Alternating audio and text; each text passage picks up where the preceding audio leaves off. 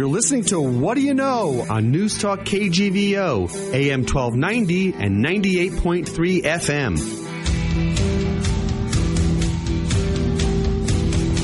Arnie Sherman, it's a good Sunday morning. How are you? I'm doing good. Good Sunday morning to you. So, flashback in time, July 2017, we had legendary coach Robin Selvig and Megan Harrington, a former Lady Grizz player, and at that point in time, the producer of a film about Rob called The House That Rob Built. And now it just dropped in late February. So there's been a 3.5, almost 4-year period of time from when they were contemplating this thing hitting the streets, so to speak, and when it's finally been released and put into, syndication in a way. It's on multimedia platforms. It's on Amazon Prime Video. It's getting early, really great reviews. But it's interesting, and I know you know about this, and from your past documentary film experience, I would have thought at the time, and I remember thinking at the time, this is going to hit right away, right? They're making it. It's going to be out. And here we are, in March of 2021, and it's just hit the streets. So I'm very interested in finding out the story about, where it's been, what's been going on, and then some things about Megan herself and how she's been adapting and adjusting to the world of Hollywood, particularly in the time of COVID. Absolutely. It's always good to revisit a guest and see the progress that they've made with their project, and just thankful that she's got it made and it's getting great reviews and has distribution. How wonderful is that? So what a great story. Yeah, terrific. Back after this with our guest, Megan Harrington, and the film, The House That Rob Built. Hi. We're back with our guest, Megan Harrington, senior producer of Family Theater Productions and the director, producer, and brainchild, the originator of the film, The House That Rob Built. Hey, Megan. How you doing? I'm doing wonderful. Arnie, Scott, it's so good to be with you this afternoon. So for our listeners that don't know you, let me just give a capsulized version of Megan Harrington. This isn't quite This Is Your Life, but these are the things that I know best about you. Former Lady Grizz player, captain of the team, NCAA Women of the Year in 2000, 7 years at the Montana World Trade Center as managing director, the last 11 years in Hollywood doing all sorts of motivational and faith-based films, the film biographer of Robin Selvig in The House That Rob Built. Number 24 in our program, but number 1 in our heart. That's the way I remember Megan. I do have to share one story, Scott, about Megan. She worked for me for 7 years at the World Trade Center, and my tutelage of her didn't last very long. She quickly mastered the international business world and was one of my best hires. But we had a trade mission in Ireland, and as with many of our missions, if we go to a country, we put a press release out and invite anybody that has Montana ties. And sure enough, we're having a reception with free food and drinks, and Megan shows up. And I didn't know her very well at that point. I knew of her just by reputation, but I saw how well she mingled with everybody and how she just fit in so well. And I went up to her and said, if you ever come back to Montana, there's a place for you at the Montana World Trade Center. And Megan did come back to Montana, and there was a place for her at the World Trade Center. But the best part of that story is right after I hired her, I get a phone call at my office from her mother and father, and Vince and Marie. And I've never gotten a phone call from parents of an employee before, so I wasn't sure what this was about. And they said, can we meet with you? And they came to the office at the University of Montana and came, and they brought me a box of chocolate, box of candy, and thanked me for bringing Megan back to America and back to Missoula, Montana. So that was one of the best, most endearing, stories. Megan, did you know that they were doing that? Did you know they were doing that? No, I would have stopped that, Scott. I would have stopped that in its tracks, and I would have taken the chocolate. Right. Yeah. So, Megan, in July of 2017, you and the legendary coach Robin Selvig were on our show, our radio show, talking about this film. So what the heck has happened in 3.5 years? Oh, my goodness, a lot. A lot has happened in 3.5 years. At that point when we spoke, probably didn't know how much longer we had at that time to get to this point, but we released February 23rd, so last month. And so it's a little bit of a wild ride since then, but to think 3.5 years later that here we are again now with an update. Is it good? Actually, you know what? That's how long sometimes it takes to get a film from conception to birth into a theater or online. And I do want to say that so far since it dropped, and it's only dropped a few weeks ago, it's scoring 100% fresh on Rotten Tomatoes. I don't know if you know that, but it is. You're good. It's on Amazon Prime Video. You can see it. So it's on a major streaming platform. You're getting rave reviews from people as diverse as Chelsea Clinton and John Stockton, the legendary Hall of Fame basketball player and coach. Trish Vanderveer, probably the greatest women's basketball coach of all time. And many, many others are just saying this is a film that anybody that cares about not only basketball and not only women, but, you know, this whole migration from Title IX, you know, 44 years ago when it was first launched, you know, giving women equality in sports. And that's one of the threads and one of the great accomplishments and achievements of Coach Selvig that you captured very well, not by, you know, touting it, by listening to the players. You did what, 70 interviews in this film? Yes, about close to 70. Players, though, you're probably about right, 60-ish. I mean, we wish we could have interviewed every single player. But, you know, just with time and budget, that just was not possible. But it would have been wonderful to have all of those, of all the players that have played for him. And you just saying that, it's speaking to people is the most wonderful part about seeing it released, is that's what our goal was, that this spoke to a general audience about the greatness of women's basketball set in our incredible state. It's an amazing story of what happened here. I mean, you were a player for him about halfway through the middle of his career, right? He retired in 2016. You played for him from 98 to 2000, somewhere in there. So you're about halfway. So what was women's basketball like then? Well, as I remember it, even growing up, and I think I became more aware of it as we were filming, I didn't understand or appreciate it the way that I did as I started working on the film, is we had an incredible following for women's basketball in Missoula. I mean, most little girls were running around this city and this state dreaming of being a Lady Grizz, of that as what they wanted most in life. And I don't know that you'd find that in very many places. Certainly not at that time. You know, it's grown a lot. A lot of great advances have been made. So I was just in this world that was normal. That was totally normal. And you go to a game and there's more girls. I mean, more people at a women's game sometimes. It was right. It was normal for you to see more people in the stands at the women's game than at the men's game, which is very unusual in college basketball. You play in front of several thousand people, and then you go on the road and play in front of 200 people? Yeah, and that's when you could really hear them also. That's loud and clear. So the radio would be an interesting place to be listening to him on those away games, I'm sure. Right. So for our listeners, some of them who may be new to, you know, the Missoula area, to our listening audience, Rob Selvig had a 38-year head coaching career of the Lady Grizz. He retired in 2016. His stat line is phenomenal. I mean, 865 wins, 24 conference championships, 21 NCAA appearances, 21 times Coach of the Year in the Big Sky. One of the top 10 winningest coaches of all time comes out of Missoula, Montana. You know, and so that for our audience is just staggering numbers. And he became the coach of a women's team when it was unusual for a man to coach a women's team.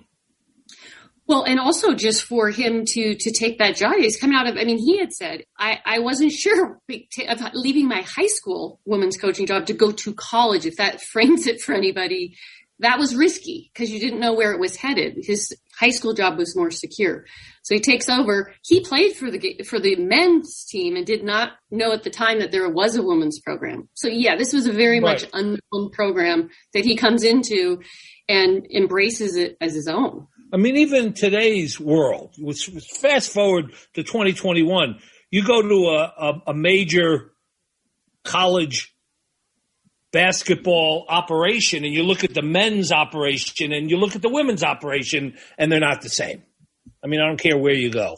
You know, unless maybe it's UConn or Baylor or someplace like that that's won national championships.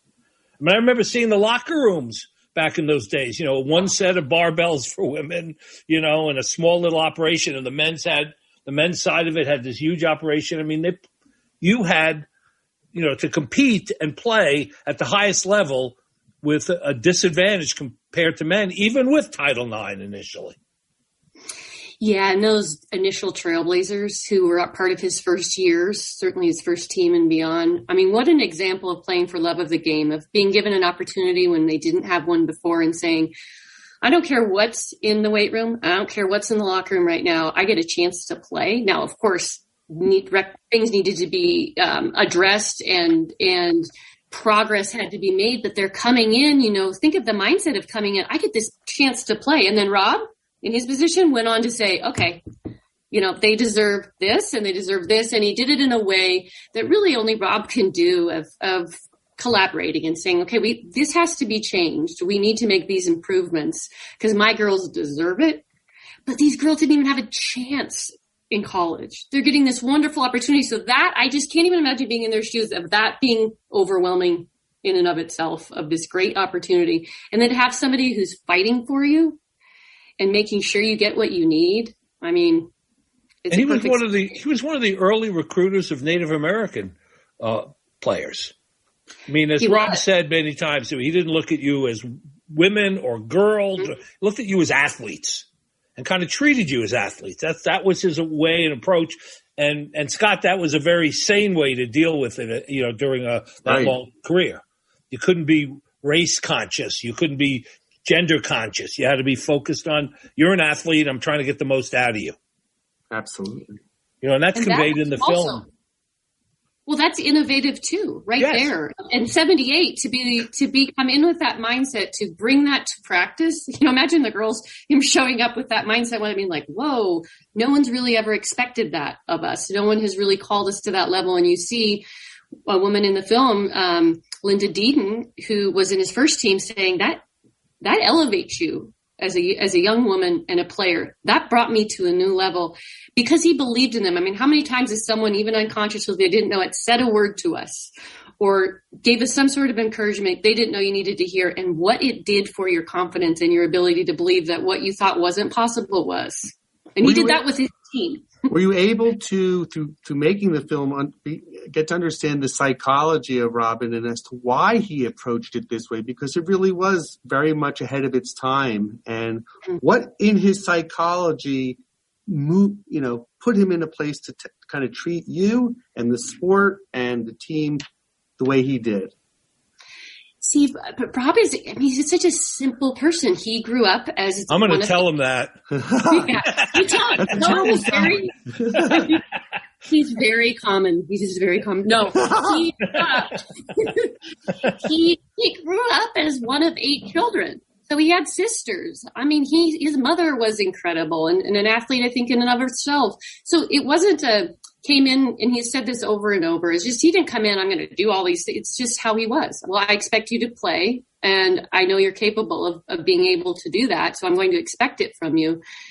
It was probably something he learned from his family, from his own mom and dad, about what it means to strive for excellence and be excellent and expect that of whatever situation you're put in. And he just brought that to the game. You know, you talk about him being, simple, modest, straightforward, but he was a funny guy. I remember in his own dry way, he was very funny. You mentioned he had 8 sisters. Megan is 9 of 11 children. Her father, Vince, was one of he had 10 brothers. Yeah, 10, 9 brothers, one sister. One sister. And I remember Robin in one of the interviews said that one of the reasons he signed you was to increase home attendance. Because your family would take up 3 rows of seats every time that Megan got out there and played. Well, I wondered what it was, because I couldn't quite figure it out. What does Rob think of the film? Like, I since he's not here, what's his? Yeah, nice. So since the last time we spoke, it's now released. It's finding a great audience. What does he think? He's so humble, and I think he probably, I'm speculating. I was there when he first screened it. We did have a private screening for him, so he would have an understanding of what it was, and everything was good. And he was very emotional. And I think when you put a story together and don't really know what it's going to be about, and I think to sit there in his shoes and witness what he had a hand in creating, the ways in which he impacted lives, I think his wife has said that usually you only hear those things at your funeral, sometimes never then. Wow, sure. What sort of impact you've had. So I can't imagine. I think it's just been overwhelming, because he also never thought about those things. Someone had said, "Oh, what do you think of the film's releasing?" I'm like, probably won't be able to think about it for another, 6 months, a year, because you're in it. He was in it. And now that he's outside of it and then seeing the film, I think it was an opportunity to really grasp. He didn't even know the enormity of it all. No, I don't think any of us did. Right. What happened in Missoula, to really go, whoa, I didn't know that happened here. That's pretty remarkable. One of the things the film captures is the sort of going away party for Robin, and how many former players showed up. I mean, there were well over 100 former players came from all over the country, right, to celebrate his 38-year reign at Missoula with the Lady Grizz. It's incredible. And let me ask you this. Go ahead. He didn't know that. So I know he didn't know. That's why he was so shocked to see them all. So it was so authentic, his reaction. He knew there was going to be some people there, obviously, but he had no idea that many were showing up. And he remembered their names and everything. So that was name tags helped. The name tags helped. He still doesn't know my name, so. So in 2000, you go to Hollywood, basically on a internship kind of program, right? Mm-hmm. And you want to get involved in faith-based films. And besides this one, you have some other projects. The Dating Project is a film that you produced and co-wrote and directed. Pray, the story of Patrick Payton. A great film. So you've done other things. Where did the idea come from to do the movie about Robin? I think the major moment was knowing that the reunion was happening and how many women were coming back. At the time, I was an independent producer, so you are always looking for a project. And I loved true stories and I loved documentaries, but I wasn't, so you're looking, and I was at a game, and then he retires, and sometimes you just look for everything out somewhere else. And sometimes the most incredible stories, the most inspiring stories are right under your nose and living right here. Right. So that was more luck than anything else. The reunion definitely was the reason that we started filming, right, because that was you can't move it. Right. Both you and Scott have done documentary films in the past. And I want to ask you this. How do you compress a 38-year career into an hour? I mean, the final product's an hour. How do you tell a story, that so well because you were part of the story, but how do you compress it into 38? How do you compress 38 years into an hour? Painfully you do. There's a lot of things, and Scott, you can speak to this too, we knew that Montana PBS, thank goodness they came on early to say at some point, we want to play this film. So we knew we had to stay within a time frame. I think that helped. Otherwise it probably could have been longer. But I'd rather people leave and say, oh, I wish that was short. I wish that was longer than I wish it was shorter.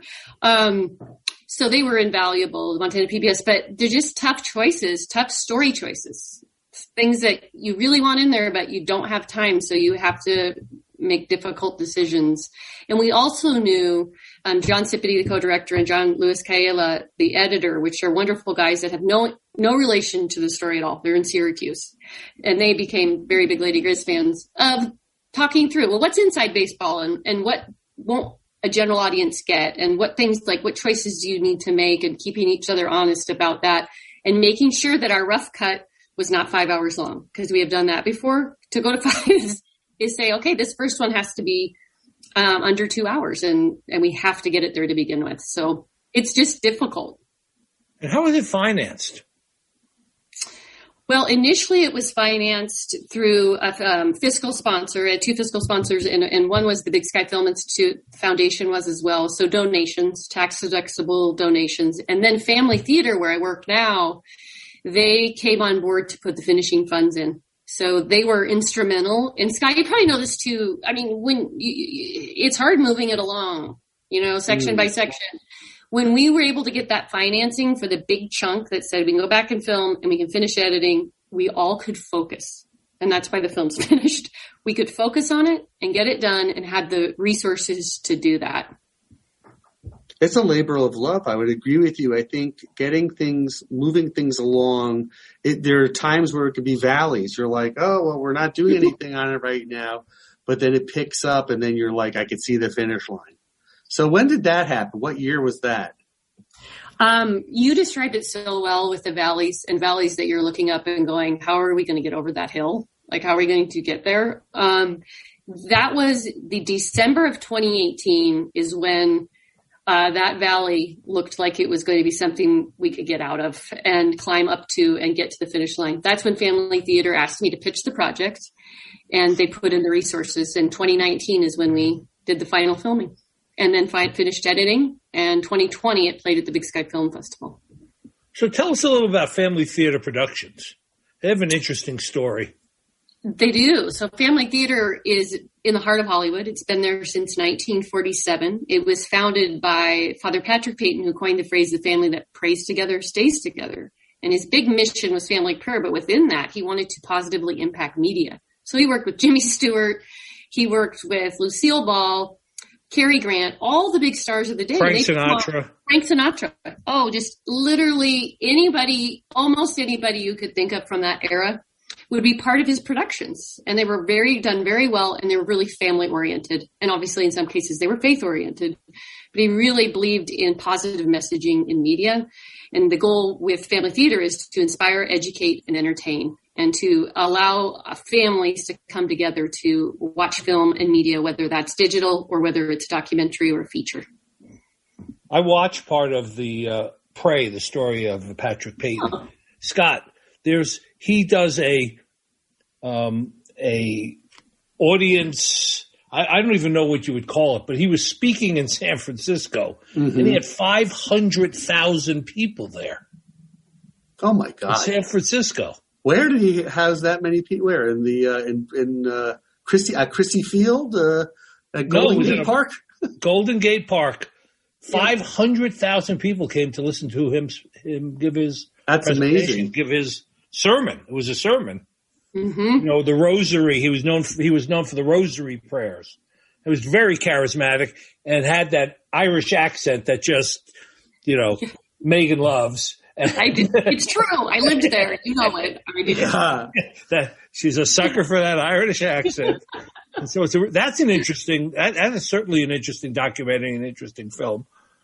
What are you going to work on next? Yeah, I was going to ask you: does this project lend itself to a scripted, at some point, a scripted original, screenplay for a drama?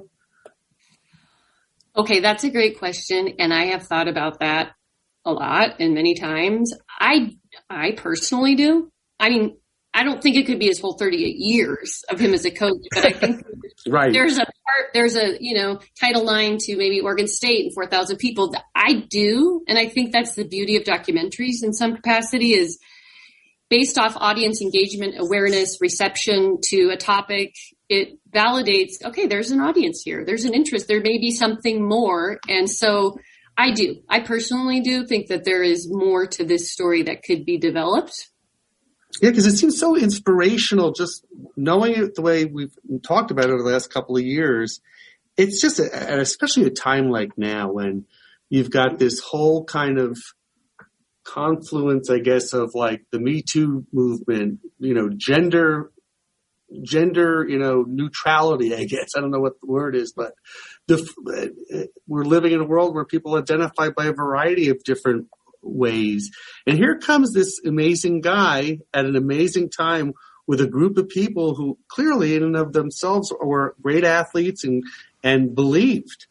And how does that all kind of manifest itself to tell this incredible story? There's a lot of ingredients to this thing being happening the way it happened. And it'd be interesting to hear more about that. I would love to talk more about that. I'd love if that, it is, again, just to see where things go. And certainly that wasn't the thought initially. But as you develop and are looking at different opportunities from a particular product or this project, who knows? But yeah, there's so much in what happened in that time period even. I mean, if you break some of it down, it's more than phenomenal for anybody that's interested in sports. I mean, for a 38-year career, he averaged 23 wins a year. Averaged. That's almost unheard of. I don't even know if anybody's going to ever be able to do that again. Incredible. I mean, that's an incredible, lifetime achievement. I don't think, when we started, again, I played for him. Yeah. I grew up watching the Lady Grizz. I loved it. It was just like, oh, that's just what it is. We live here. That's just what happens. But you start to look like you did, and you're like, wait a minute. When 19 winning seasons before he had a loss, and there was a lot of injuries. Next year, he wins the conference again. It's truly unbelievable. Also, to stay at one school for 38 years, not only by your own choice, but just being able to stay there for 38 years. It's a difficult profession, coaching. I think it's very stressful and a lot of pressure.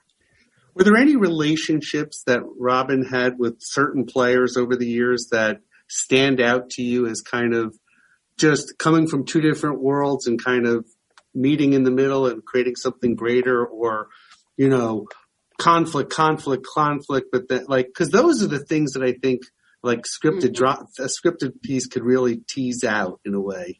And it's very interesting. Yes.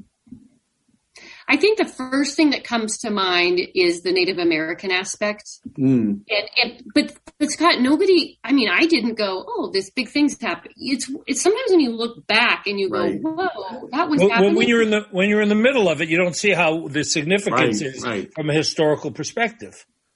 Exactly. And now you look back, and even hearing Malia, when we interviewed her, it's not in the film. There's some wonderful footage, not in the film, but she's talking about her elders coming down. I remember that. They came and they did an elders song, which is not done typically for females. Hope I'm not, I did that. Yeah, they don't typically do it for females. She also got a feather in her hair, which is a very high honor. So there were these moments that you start to look back and go, yeah, I wish I would have maybe understood that better when it was happening. But I don't know that a lot of people did in the way that we do now. When we see maybe a story like this unfold, you get a grander sense of all that was happening. Certainly when the elders came and when Malia was first recruited, that was a big deal. And that wasn't lost on anybody, because that was the first recruit to the University of Montana for a Division I scholarship in basketball. That was historic at the moment. Very historic. You made a conscious decision not to really highlight yourself in the film. It could have been easy to do that. There were highlights. There was a highlight reel of Megan Harrington. You chose not to include any of that. Why'd you do that? I don't think the medium could have withstood the greatness that was going to come out. Great answer. I am that little girl that's in the film that dreams of being a Lady Grizz. I am in it in the way that those little girls see to what they dream of becoming, and I didn't want to be. Well, Scott, just so you know, that Megan was a neighbor of the Selvigs. She babysat for the family. Yeah, she obviously. I remember this. She was an MVP for Hellgate High School. Took them to the state championship, right? In her junior year, she scored 27 points against Gonzaga and beat Gonzaga, which was a big deal for the Lady Grizz. And then you had your valley. Megan was captain of the team, slated to, be, a major contributor, and then tell them what happened. Well, I ended up against the interstate Montana State game, the first game of the conference. I blew my ACL. So unfortunately, that was the end of my junior year. But I'm so grateful I had one more year to come back and be part of the team. And we ended up winning the conference championship that year with a lot of girls who had been hurt. But that teaches you a lot too, probably for filmmaking too, Scott. If there's going to be those moments where all is lost or you feel pretty down and you have to get back up. And Megan epitomizes the being a team captain, because aren't you an all-time assist leader pretty much? I don't know. I could not say that. I don't think I am. I would imagine it'd be Skylar or Brooklyn or. Well, maybe at the time you became. Let's just say I am. Let's just make believe you are. Who's going to fact check us? Okay. Right. Yeah, we don't fact check. I was also an All-American. I was a Kodak All-American. You certainly epitomize a captain by, dishing out, plenty of assists. And I would assume that role and the experience with Robin not only helped guide your work in the future, you certainly helped, when you work with me. One of the things I can share, Scott, is I never had to, in 7 years, say, I wonder if Megan's going to get that done, or, I wonder right. if that's going to happen. She was always, there. I mean, never. I didn't have to worry ever. I never once ever thought. I don't think I ever told you that. Never once thought, I wonder if Megan's going to get that. I wonder if she's going to do it. I wonder if it's going to happen. I just knew it would. And I think you took that same stick-to-itiveness, to Hollywood. And you started at the bottom. I mean, you were already an adult woman. Mm-hmm. And you go to Hollywood. Tell our listeners how you entered the film industry. Well, a typical story I like to say is jury duty. I ended up in Hollywood because of jury duty. It was a child abuse case. It was terrible. And I went to spiritual direction, which I'd never done. And we talked through the case. And then I kept having this dream. And I just was like, I want to be involved with film, media, inspirational, Hoosiers, Rudy. I mean, Cinderella Man. I loved all those films. I loved the way they made me feel. And I wanted people to leave something that I was part of feeling the same way. So I applied to this program called Act One. It was a summer program, and I left the trade center, left a great boss, a great job, and I burned the ships and went to LA and went through a summer program and was an intern. I was very much a non-trad intern, and I was not buying beer for any of the kids that were there with me. They were all in college. But it was very humbling and a good reminder of remembering your place. Your place in the world is to hopefully serve others. And so it was a great way to start, actually, but it was really difficult in some ways too. Scott, you with your experience doing, stuff for HBO, I mean, that's a very unusual way to get into the business. Completely. It was, you were very vulnerable, but that's when so many good things happen, is when you're open to so many new opportunities. Well, you had a call. I mean, really, you had a calling to do this. I mean, here, I remember she told me she was going to, leave the World Trade Center and go off to Hollywood. And I was completely flabbergasted by that. I didn't think she couldn't do it. It just, it's like me walking into your office, Scott, and say, I'm leaving, I'm going to go join the Navy. It's just something you would never, you didn't expect, but I never thought you wouldn't succeed. And now, having one of the top, documentary films in the country, going around to not only audience acclaim, but so many people in the industry have come forward to say, this is a story that everybody should see. This is a story that I want my children to see. This is a man that, we need to emulate, and, his values and way of doing things, and, his simple way of doing things was, is something to not only admire, but to, to learn from. Well, that's only possible too. I mean, as you both know in your work, Arnie, and certainly in film, Scott, it's a team effort and it's a grind, and you only get to the finish line because of each other.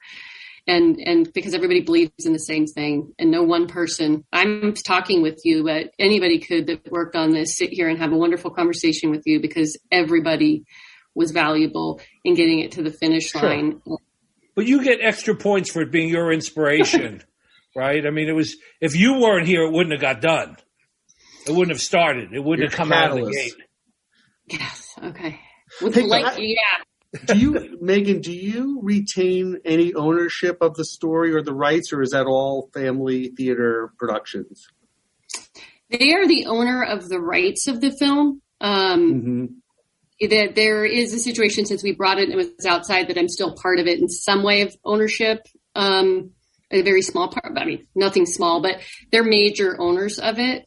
So, any film I work on for the company is theirs. Obviously, I work for them. So this situation is different because it is a film I brought to them that was in the works.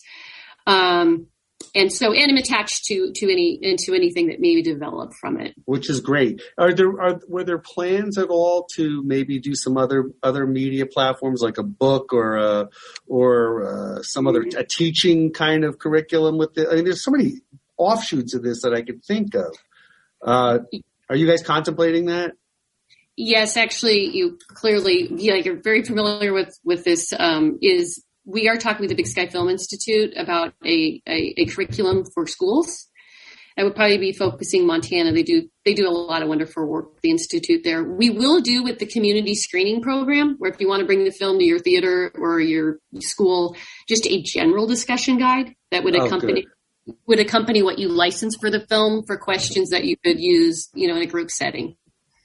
That's great. I think the biggest problem you would have making a film, we talked earlier about making not a documentary, but a regular scripted Hollywood film, is that Robin would probably want Harry Styles to play him as a young man and then Brad Pitt as an older coach. And I'm not sure you'd have the budget to meet Robin's aspirations. No, we're going to have to cut him out. We're just going to have to cut Rob out of the equation. One reviewer you have to read it. It's so funny. He described him as a cross between Nick Nolte and Tom Brokaw. So. Wow.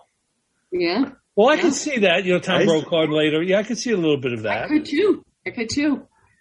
What other projects do you have going on now, Megan? That is a great question. We are actually in the midst of working on the slate and what is next for development and some of the different kinds of projects. We did a project called the Dating Project that Arnie had mentioned earlier. And again, looking at a scripted from that as well about dating and relationships, a film kind of focusing on that. And different ones related to relationships. So there's kind of a whole different slate of ways we're going to go. And that's what we're working on actually this week is what's next and what do we want to work on and focus on. The thing, is this pandemic and filming. Yeah. I'm so grateful and I feel bad for the filmmakers who were in production or had one more shoot before they were getting ready to edit. We were thankfully finished and we're in a place for marketing and distribution. So, now as things are starting to open up and looking like things might progress a little more, to kind of jump on opportunities, but what a terrible situation. The world is opening up. Was it difficult to secure distribution through Amazon Prime? Well, we ended up airing. Okay, so we opened at the Big Sky Film Festival, and it had sold out crowds, and that was also mind blowing to see that unfold. But our distributor came about because someone from RTG Features Slam Media, a big basketball marketing company and also film company, was looking at festivals. And Big Sky Film Festival is very well respected. Yeah. And so he thought, sold out. So sports guy. So he contacted us. And so that happened in March, I think, about this time last year. And discussions started with them. And then they introduced us to their sister company, 1091 Pictures. So they're formerly The Orchard. So our distributor really took care of the various platforms and we'll be looking at the opportunities in streaming. So we were fortunate to have landed a really great partner in 1091 Pictures and then our marketing arm with our 5-Star Basketball and RTG Features. It's great. And what a great space to play. And you have the Jordan film that just came out at the beginning of the pandemic, which, places such a spotlight on the sport, but also greatness from a player standpoint. And there's just other things that are going on, especially in the documentary space that, boy, what a great time to come out with your film. to a Let me larger add something audience. else to the Megan Harrington story here. So it's very hard. It's very hard to do these documentaries. It's also hard to make small commercial films and make them successful. It's usually they all lose money. And Megan was the executive producer of a film called Unplanned that was released theatrically in 2019 at a cost of $6 million, and it grossed $21 million. Wow. Which is, in this day and age, is very hard for a small film with a small budget to gross that kind of money. How did that happen, Megan? I have to say, first of all, I was so limitedly involved. I introduced the book to the producers and the directors that started the ball rolling for the project. And then, everybody's on different projects. And so they really deserve all the credit and all of the credit for what happened with the film. But it really was an issue of timing. I didn't give them. I brought the book and suggested this as a film. They were meant, mentor figures to me as well. 9 years before it ended up getting to the theaters. So another example. But now, again, like Scott said, it's not like every moment of the day you're working on that one project. They come and go because you have other things that come in and out.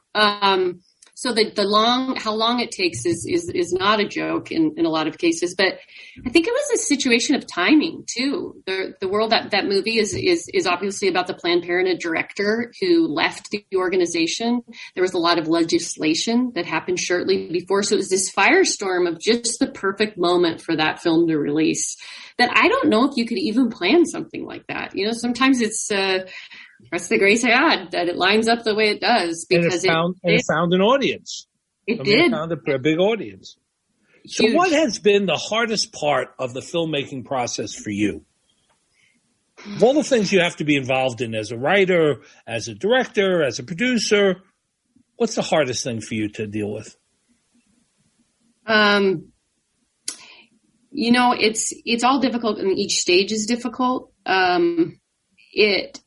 Obviously raising money is, but when you get into, I think I'm just going to speak to the house that Rob built. When we got into those edits and the first pass came and you started that process of getting to the finished film, and it was like 26 cuts back and forth, I think over 2 months, 2.5, grueling because you want so much for it to be perfect. You want it to resonate. You want it to be the best it can be. So I think those moments for the house that Rob built, a lot along the way, but those final steps of like, this film is getting finished. And the back and forth of refining to make it the best film it could be. And that is truly a team endeavor. Speaking of being in valleys, that's truly. Let's take a quick break. Our guest is Megan Harrington. She is the writer, director, producer of The House That Rob Built, streaming now on Amazon Prime and done in conjunction with her production company, Family Theater Productions. We will be right back after these words. Hunter Bay Coffee. Back with Megan Harrington. So for those of you who are listening and are intrigued now and have not seen this, Megan, how do they find the film? Where can they find it? If you go to the House That Rob Built movie, thehousethatrobbuiltmovie.com, you'll be directed to watch film page or buy now page. You can also learn more about the film if you'd like. So that's the best way to purchase, rent, or own the film is to go to the main website, thehousethatrobbuiltmovie.com. And there's a trailer there also, so they can get a little bit of a tease of what's in store. Yes, and if they like the first 3 minutes, they're going to love the remaining 57. And what's your overall expectation for the film? What happens now with this film? It's on Amazon Prime. Do you keep pushing for it to be on other platforms? I mean, what exactly is the trajectory now for this film? Yes. So it's really important the first 90 days. I mean, first any days of the film, but the first 90 with our distributor, the reviews, the rankings. So the Rotten Tomatoes, it's huge. The reviews and the stars, like where how people are responding to the film, and national press. Those things, ultimately what we would love is to be streaming. So Netflix or Amazon or any of the streaming platforms, subscription based. But this first phase is the transactional, where you purchase or rent the film. But all of what we're doing now is trying to generate press, trying to generate awareness, try to get the stars, the reviews, people talking about the film, because that speaks to the streamer to say, oh, okay, especially a national review, Wall Street Journal, any of those major outlets or whatever it might be, can be a huge game changer. Just one of them. Are you on the front line with that, Megan, and working with the press and the marketing group to do that? Yes, we have a wonderful campaign lead, TJ Burden, who's leading the effort, and certainly working with him and trying to facilitate in whatever way we can. Because the relationships in Montana and the people in Montana, like this show, that have opened their airwaves or opened their book of contacts and said, hey, you know what? I'll write to so-and-so. Like Gene McNulty King, we got endorsements for Tara Vanderveer, John Stockton, Muffet McGraw. Phil Jackson. Phil Jackson is coming. Yes, that is one. The Chelsea Clinton you had mentioned. Those are all because of Montana connections. I don't know those people, but other people do. And they were willing to go up to bat for the film and ask that they look at it and give it a chance. And kind of reminds me of what Rob did with all of his girls from small towns, ranches, and reservations. He gave them a chance. That's what we were asking. And boy, people really have been showing up, and that's made the difference. That's incredible. Do you see this like finding a home, like as you want to be on the free streaming side, but then also could it have a home on like an ESPN that has a VOD platform or and then they have their own app and their own streaming thing? I mean, is that possible or like I forget, is it We, or is there some women's oriented kind of, ESPNW too. Right. Mm-hmm. Like, so you actively pursuing all those different those channels? Well, we actually had been in touch with ESPN from the very beginning. I'd contacted them through the film festival 5 years ago, 4.5 years ago, but we had already started, and they had said, we take films and own them. So, like, okay, right. But during the pandemic, TJ, the marketing distribution lead, said, why don't we see, at that time, remember, all sports had stopped. And the pandemic had caused live sports to shut down. Yeah. Well, ESPN did come back and make an offer to screen the film. They were going to bundle it with another film and screen it last July. But we had used union players for the score, and they are non-union. So we could not. Now, who knows down the road if those different things can be sorted out, depending on what the trajectory of the film, and you revisit things. And that was a unique period in time because they do not do that either. It was a very unique time because of the situation with sports that the offer was made. But anything's possible down the road, I think, depending on how the film continues to perform. Are you the principal spokesperson doing like podcasts and interviews, or are there others that are joining you or? You're like, I'd like to think that we should get somebody else to be doing these things. There are. Rob has been incredible. So if you want to have him on, he's been so open and willing to participate. John Sipity is available. There's subjects from the film that I know would be available and open to opportunities. So currently in this stage, which again feels like it released 5 years ago, kind of how long, it's really been 3 weeks in. So as more stories pop and more angles, there'll be something in the Navajo Times on Thursday, which is a Native American focus. Hopefully that generates a lot of interest and interest in interviewing those amazing Native American women who went through the program. So we're kind of just launching into the world and looking for those different avenues of people who could speak and are in it or not in it, because you don't have to be in it, but generally that's how you would be recognized to be asked for an interview. I'm so happy that we got to speak to you today. Thank you for your time, actually, and thank you for making this film. This is wonderful. Megan, you're the best, and you played a significant role in building the house that Rob finally completed. So thank you for that. Thank you for your leadership and your inspiration on this. It's greatly appreciated, really. Well, thank you both, and thank you for taking my parents' call, Ernie, and offering a job. Well, they did say there was a box of candy involved. I don't know if that was the. You're a sucker for chocolate. No, Candy's you guys. Great. I have to, again, I said this just a little bit ago, but thank you for asking me to come on and promoting the film. All this is so beneficial, and it's not lost on us how helpful it is. So if there's a way we can help you guys, I don't know what that might be, but please let us know. More candy. No, we're good. Yeah, no more candy. No more candy. Megan, thank you again. Thanks, Megan. Arnie, I'll see you next week. Next week, Scott. Take care. Thank you for listening to What Do You Know? I can't wait for the next show, Scott. I'm excited too, Arnie. If you'd like to suggest a guest, send me an email at scottrichmond@townsquaremedia.com. We'll see you next week. And thanks for listening to Newstalk KGVO.